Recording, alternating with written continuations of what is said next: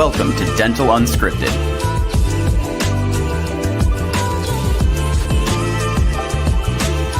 Where Mike Dinzio and Paula Quinn break down the practice ownership journey, one episode at a time.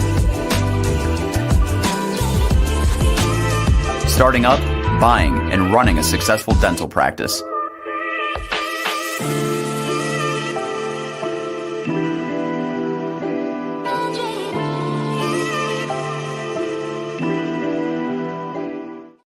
All right. Hey guys, welcome back to another episode of Dental Unscripted. As you all know, my name is Michael Dinzio, and I also have my co-pilot, Paula Quinn. She is here helping me beat up every vendor and professional in the industry. No, I'm joking. We're totally joking. There's no beating up. This is just great, good old information, and we love doing this.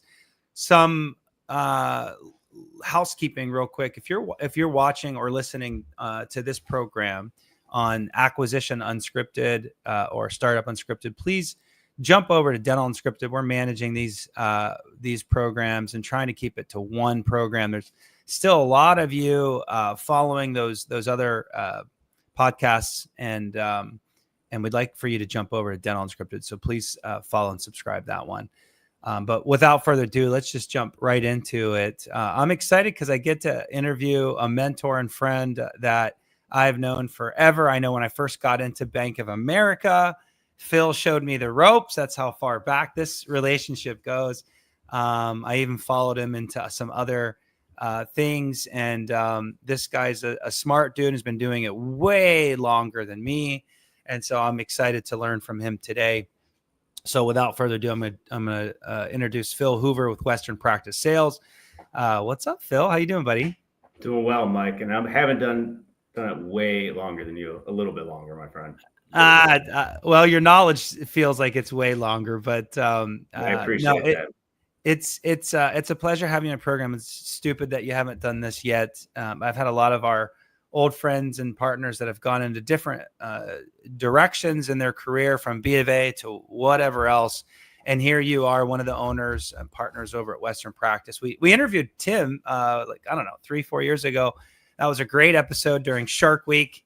And Tim represented well as a shark for the Acquisition Unscripted Shark Week. But today we're going to break down LOIs, as I feel like it's a good topic to cover because there's a lot of questions around what's the process, what's the timing of it, what does it mean, is it binding, what players need to be in place, how do I make these decisions? And of course, I could have had the program with Paula, as she's gone through the process a couple times herself.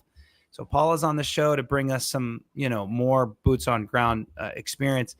But I also wanted the other side, which is the seller side. So you got a buyer's agent, someone that's gone through this, and a seller's agent. So we got a nice panel to discuss LOIs. But real quick, Phil, who are you, and what's Western Practice Sales? Real quick.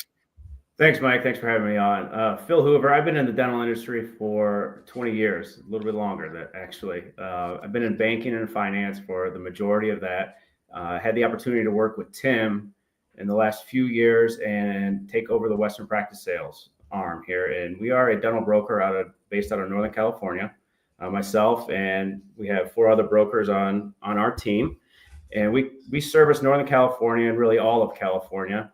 And, we are one of the largest, not the largest brokerage here in Northern California. So a lot of experience on my table, on my team. A few of my brokers have been in the business for 40 some years.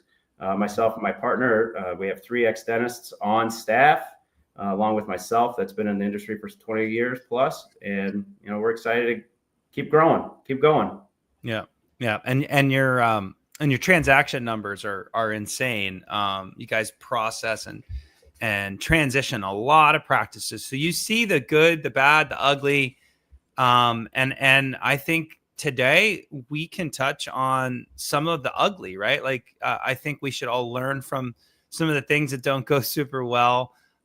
We can celebrate the ones that are just smooth sailing. And so with the topic of LOI, Phil, like, in your mind, how important is an LOI to the whole entire process?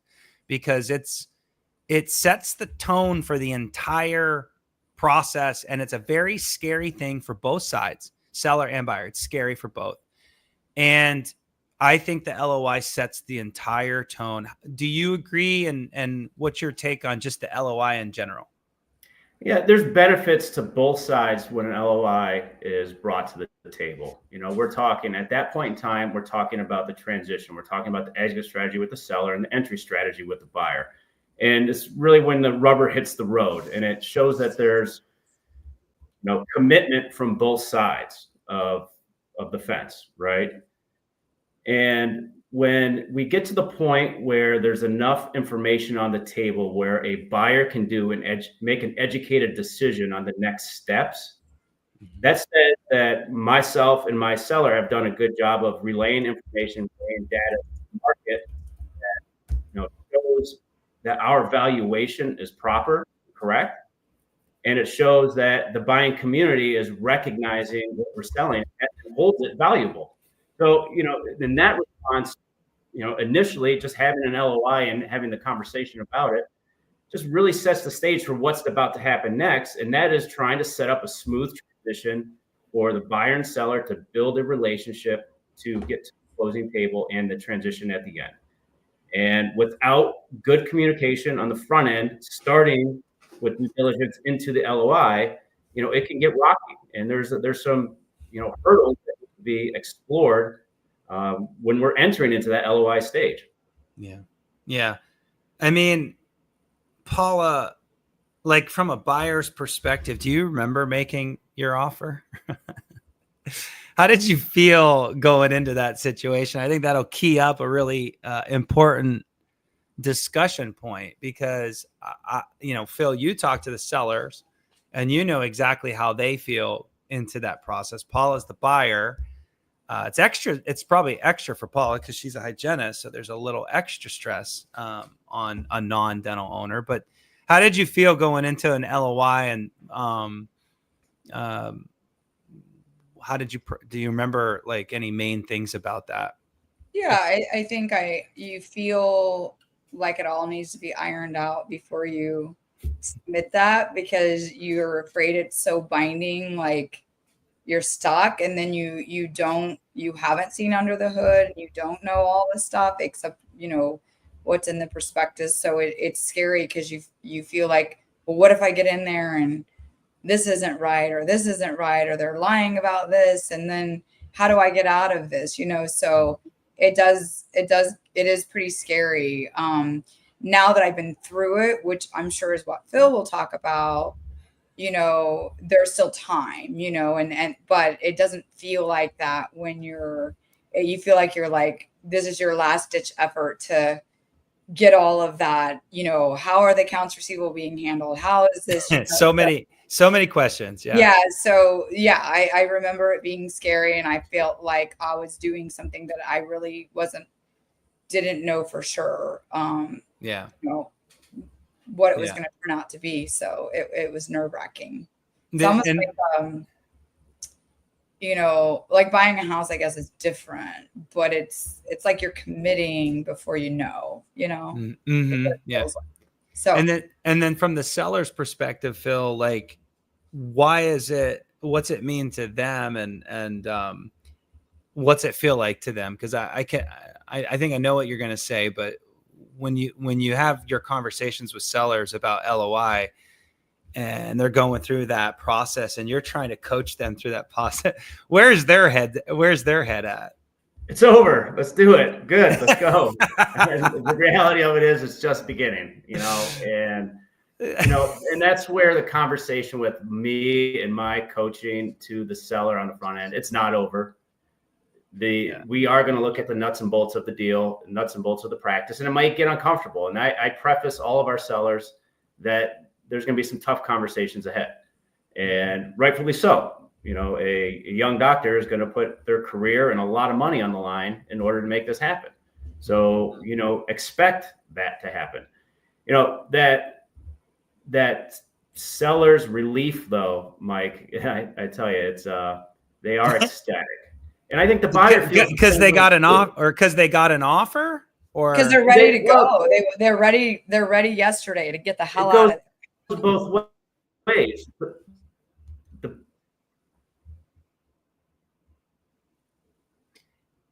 Hey Phil, did we lose you, buddy? A little bit. Yeah, I think it's. I think where he's going with that is that, like, to your point, Paul, it's like they think it's already over.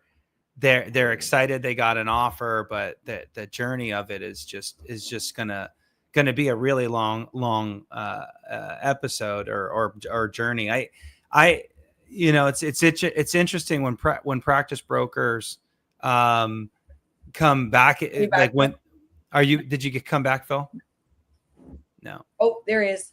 I see him moving. I know it's every once in a while. I think this is a great point to really highlight that if you don't have any professionals, okay, you can hear us now, Phil? I'm here now. Okay. Yeah, I was just kind of taking that to, if you don't have any professionals involved, it's hard to manage buyers and sellers' expectations without professionals. You know what I mean? Like, I know that buyers are so emotional about this that they do need help, whether it's a CPA or maybe a friend or colleague helping them through that journey. The seller needs that just as much as the buyer. I think we've got you, Phil. You can pop in and finish your comment there. No, maybe. Oh, there he is, Phil. Yeah, he's losing it. Why don't we ping him to leave, and then, yeah, I mean, I would say, I think the biggest difference for me being a buyer and a seller, because eventually I was a seller, I would say was, like, I feel like I got a great product here.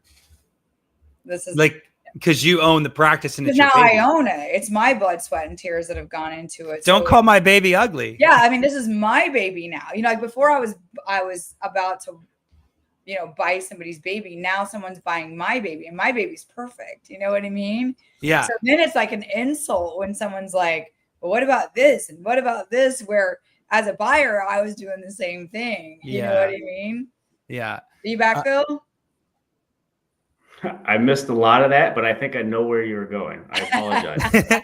Well, Paula just jumped in as a seller, and so I think Michael, what you asked him something about, like, well, just that they're excited to get an offer and the value of it, and they're ready for it to be done. And here's the buyer thinking that their life is about to be imploded because they're not sure what they got into, which is why professionals are so important to be part of this process.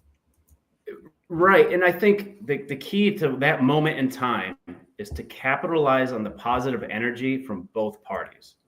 And I think that's where we really need to, as professionals, work together to build on that positive energy instead of saying, okay, what's next? And saying, let's dig deeper and pick you apart. It's more of, okay, let's come together, work together to find out maybe some of these holes, because everyone knows they're there and we're going to find them. So let's just work together to put them all on the table and get to the finish line, and get to the finish line holding hands and not driving a wedge between us. And that's right. The one thing that I think we're seeing in today's market, Mike and Paula, is, once that letter of intent is executed and brought to the table, defenses start going up. And we got to just watch that. We got to watch our delivery at that point in time. I think that's beautiful. I think that's exactly right. We keep coming back to this idea of binding, non-binding.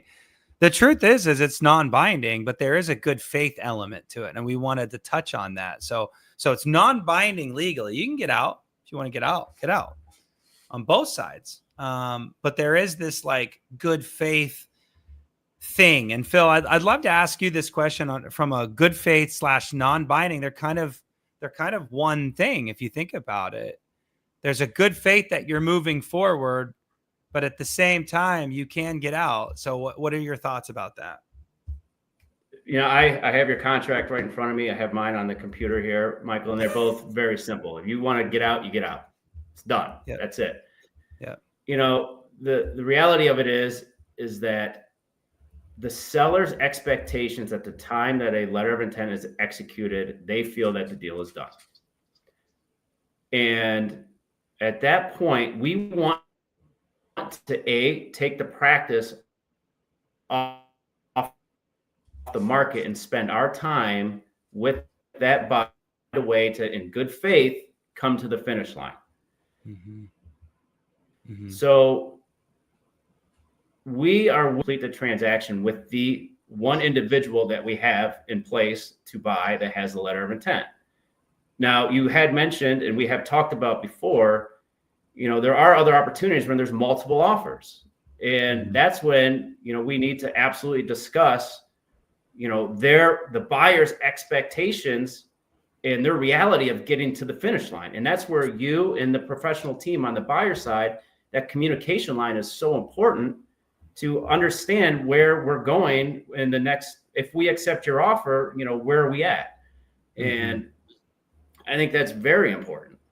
Yeah, I do too. I think like what we didn't cover, because I don't want to take this down due diligence episode. I want to stay right here with the LOI. I think what we didn't cover was what's the appropriate amount of information for a buyer to make this scary decision, Paula, scary decision, because you want to know everything. You want to know the membership plan details. You want to know what the fee schedules are. You want to understand all this stuff because you feel like once I sign this, I'm locked. And then the seller is already making vacation plans just because they got an offer. So it's like these two extremes, which is really funny. But like I think there is a science, and I know there's a science to valuation. I do it every day, and Phil does it every day. But in your mind, Phil, why do you think some information up front makes sense and more detail later makes sense? Not all of it right in the beginning. Like give a broker's perspective. In terms of clinical dentistry, the dentist is going to do the dentistry. So the focus prior to LOI is, can I do the dentistry? And that's where the focus should be.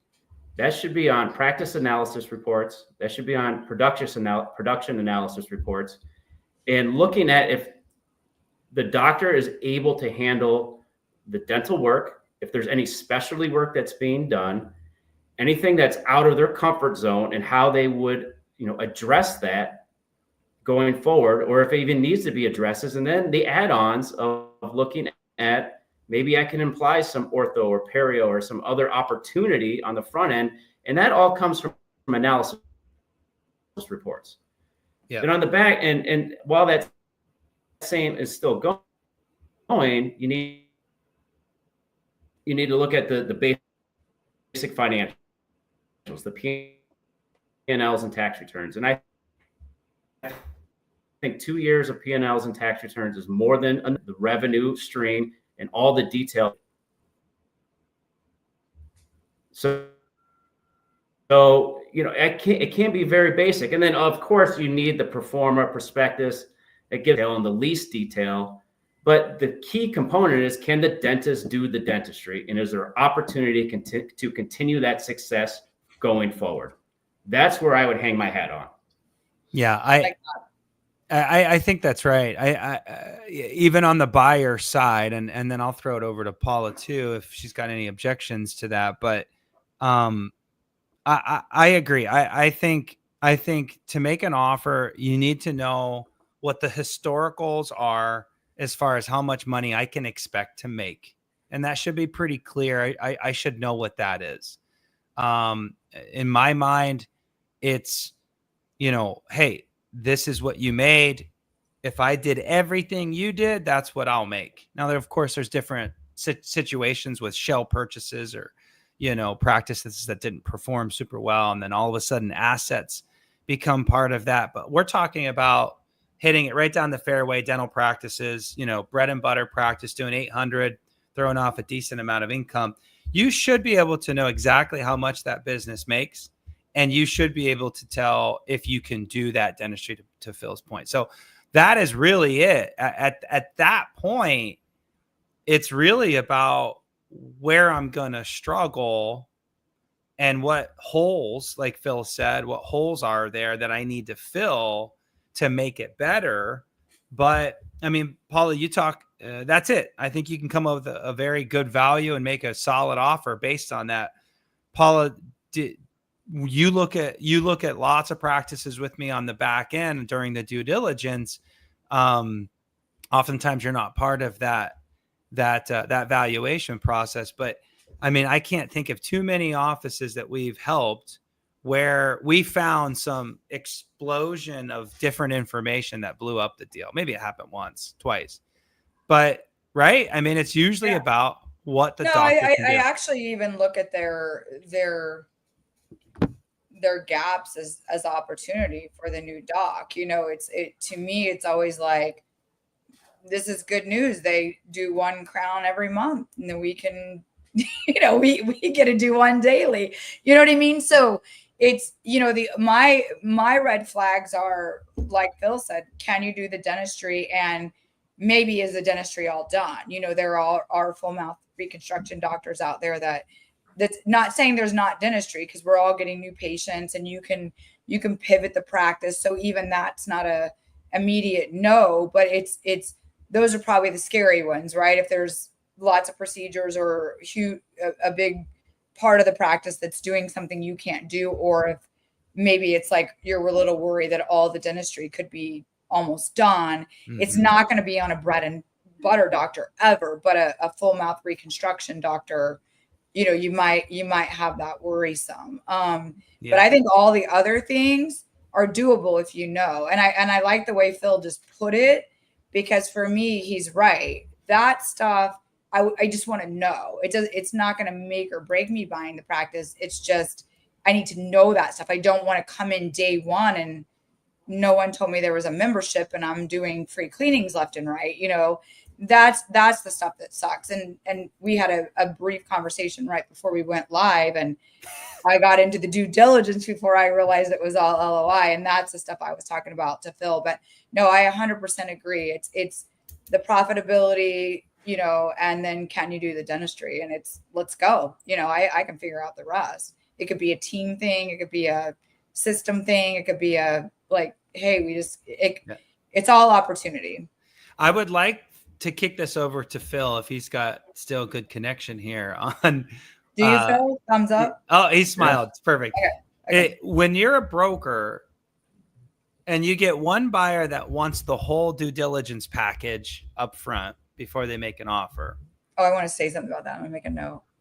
And then another buyer who's just kind of like, you send the prospectus over and they know how much they're going to make, and they've spent the time looking at the production reports, and they're like, yep, I can do this. What's that like for the broker? Because the seller, they're not thinking anything. They're thinking, well, they're not being picky choosy, but to a broker, your whole job is to be picky choosy. So walk us through kind of like that psychology or whatever. So money is money and people are people, right? And when you present a case to the doctor, most of the time, money over character wins. And the money is typically not a big differential between 10 or 20 grand is not going to make a difference. Maybe $100,000 convinces somebody. And that's the people that are throwing it and they're going to look the other way, give me the practice and get out of the way. That is still out there. That still exists, right? When you have that practice that's in a desirable location and you do talk to 8 or 10 convinced buyers that they want to take it to the next stage and they want to put a letter of intent in, we're collecting resumes and we're having interviews with the seller. And then it's about character. It's about who's going to fit that practice the best. And, you know, that's a great problem to have, right? Mm-hmm. And you know what? We might not bat 1,000 when it comes down to that, because everything, you know, maybe there's something unforeseen that we don't know, buyer or seller. But, you know, Michael, I think character in these doctors and these sellers' eyes, once that sizzle of, oh, good, I got an offer, I'm going to go to Hawaii next week and retire. Once that sizzle kind of fades away after a week, then they realize, man, this is still a lot of work. I gotta coach this buyer. I gotta coach you, Phil, and coach you, Mike, to get this thing to the next level and the next phase so I can retire. Mm-hmm. And, it does make a difference. And that's the information we try to relay to our sellers is like, we got to pay attention to who we're accepting the offer from too, Mike. And sometimes it's not all about the money. Mm-hmm.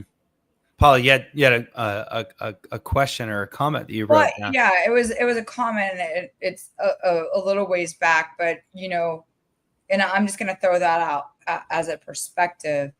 You guys are calling this, you had it up there, LOI in good faith, or however you had that. Mm-hmm. And I would say, have you ever taken into consideration, both of you, because you're representing the seller and the buyer, like good faith to me is different than what's good faith to maybe Michael. And when I'm going into an LOI, or when I was going to my LOI, I should say, I'm also feel like I am putting my good faith on the line. I'm telling this doctor, hey, seller, I'm ready to buy. And I'm in 99% unless something crazy happens.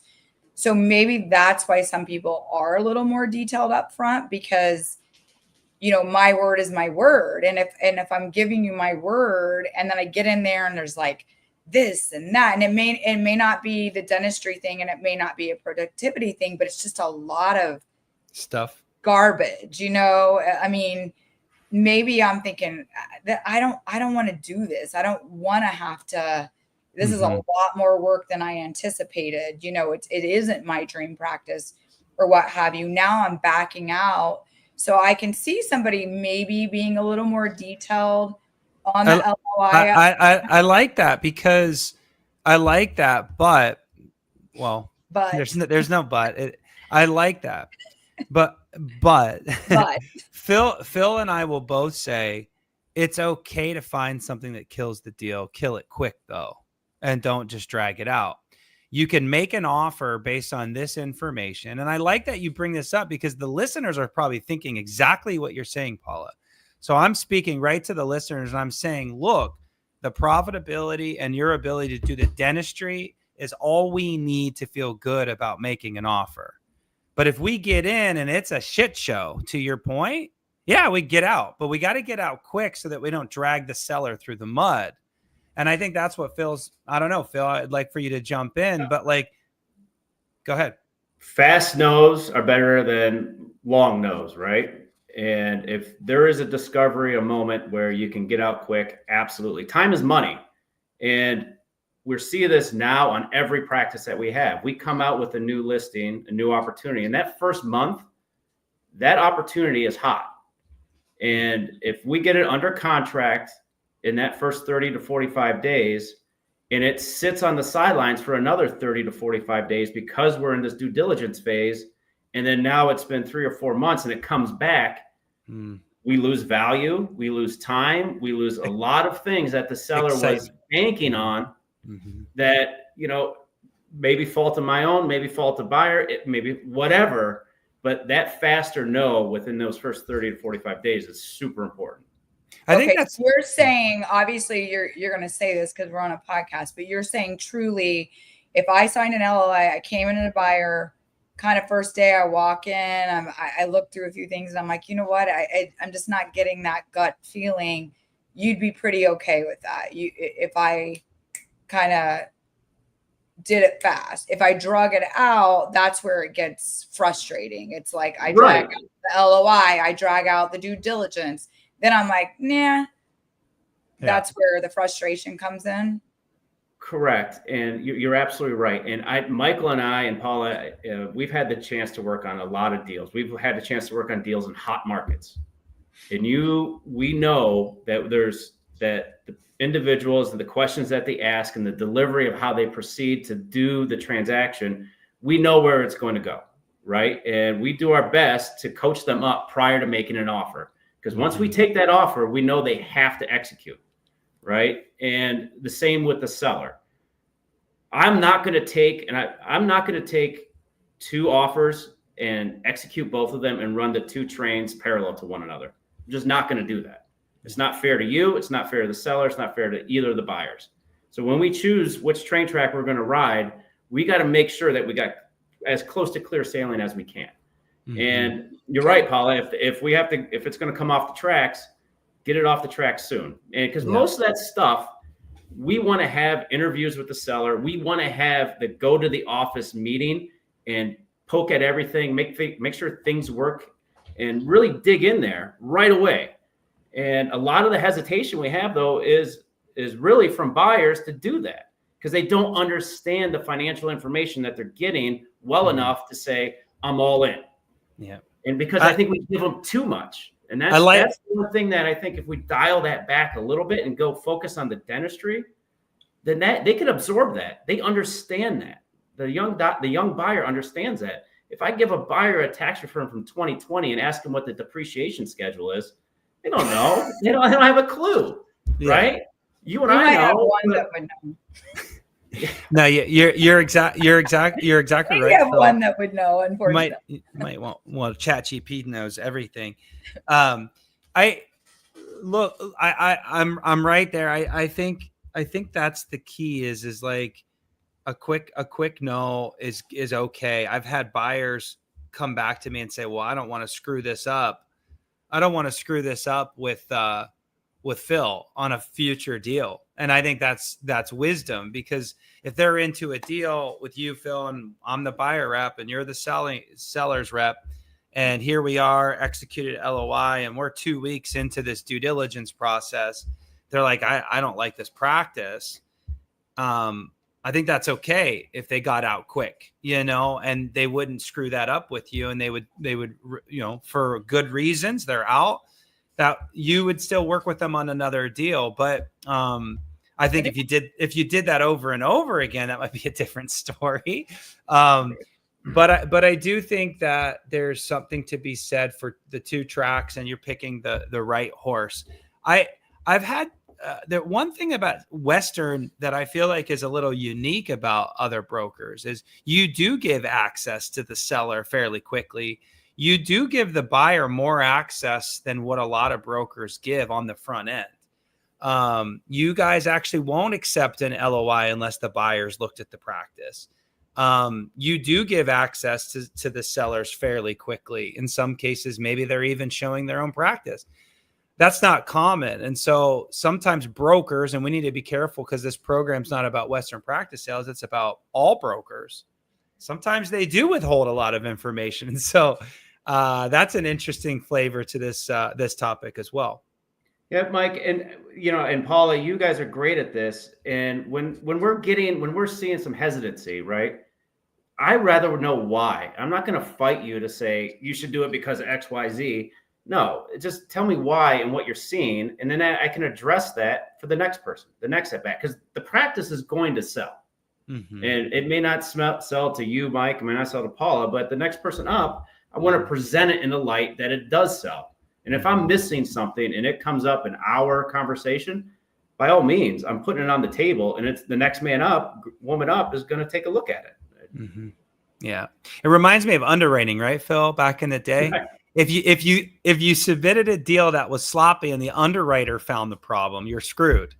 But if you put it all on the table and told the underwriter, hey, this is a problem and I've addressed this, the underwriter would be like, oh, okay. That's many years ago, Mike. I don't like dealing with the underwriters, man. You don't want to bring you don't want to dust those cobwebs off. But it is true. I think as a general theme, as we kind of put a bow on this thing is I think the buyers do need to hear what's wrong with the practice. I appreciate your energy comment, like let's build on the energy, but I do think that some buyers do need to hear what's ugly about the deal sometimes to make them run to close. And I don't know if that's at the LOI stage. I don't know if that's at the due diligence stage, but sometimes they need to talk to they need to talk through the ugly first. I guess that's the only other thing is Phil, at what point do you bring up that ugly? Is it in the prospectus? Is it on the call? Is it at the office when they're touring it? When do you discuss the ugly? In every eye, it's different. Every eye, there is a different set of, what they're looking for is different than the next person up, right? So that comes in discovery of knowing the individual. And, the ugly could be a $10,000 a month lease. There's nothing I can do about that. I'll do my best to help, but that's pretty ugly, right? But the other one might be the guy's doing Invisalign. That's 20% of his production. To me, that's a good thing, but to Paula, it may not be, because Invisalign scares them. They don't want to do the trays. I don't know the ugly either to that individual. Now, if you're telling me that hygiene is only 10% of collections, well, that's a conversation I'm going to have on the front end before they make an offer. That needs to be disclosed. That will be in my prospectus. That will be shown, because that is evident, right? What does that mean then on the back end? Is the doctor, there's no new patients? Is he mining everything he's getting out of every single patient that he has? In the same token, if you got a practice that has 1,000 pro fees and it's only doing 600 in collections, that thing should be doing $1.2 million, $1.4 million. So the good, the bad, the ugly, it's the eye of the beholder, right? I think that's so true. Well answered. Is if you threw all the ugly down on your prospectus, it might not be the smartest play, because that could be a benefit to someone else. So touche. I think that puts you right in the broker's mind frame with this, because sometimes the buyers might be thinking that they're holding out, but the truth is they just don't know you very well. And so I think having conversations and working through that. Any advice then, Phil, on what a buyer could do to get on your radar, to catch your attention, to tell you about them, to help that transition? What's the last little bit of feedback before we shut this thing down? Absolutely, Mike and Paul. Thank you again for having me. It's been a pleasure. And the one thing I would tell you is our young buyers, we try to coach them to get in front of people like yourself, Mike and Paula. And if they can get in front of the next level, and next level is going to give them in touch with the bank, and they have these educated discussions on how to take the next step. We are finding we're spending a lot of our time educating on what is the process. We're getting a lot of buyers that just don't understand the process. They don't understand what they should be doing before they put in an offer. And I think getting those buyers referred back to you, and you managing them with your banking referrals and what have you, that's where they really need to start. That way they're educated coming in and they know how to swing the bat. Yeah, I love that. Paula, last minute comments on this. I feel like I just kind of learned some things too, which was great. Yeah. You're always interesting, Paula, because you bought one and you sold. And so you've been on both sides of the fence. And whenever our clients are kind of digging in on stuff that doesn't matter, I love when you pull out the seller perspective. That's always invaluable. So thank you guys both for the time, the honesty, the directness. I think this is going to really help a lot of our clients, maybe buyers that are calling Western Practice Sales. You can send this episode just to help them get their head straight before they go into that process, because I think it really can help them navigate this with more confidence, less scary. And, we all got a job to do, but I think I'll end it with this by saying, no one wants a bad transition. The practice broker definitely doesn't want a bad transition. The banks don't want a bad transition. The buyer rep most certainly doesn't want one. So if we can all figure out how to navigate with the least amount of risk, I think that's a win for everybody. So thank you guys both so much. Phil, I appreciate your time, brother. Thank you, Phil, for being on. Yeah, thank you guys. With that being said, let's shut it down on today's episode. Thanks again. Make sure you like, subscribe, follow Dental Unscripted. And we'll be publishing some more stuff later on next month. All right. Talk to you soon, guys. Bye. Bye. Thanks, guys.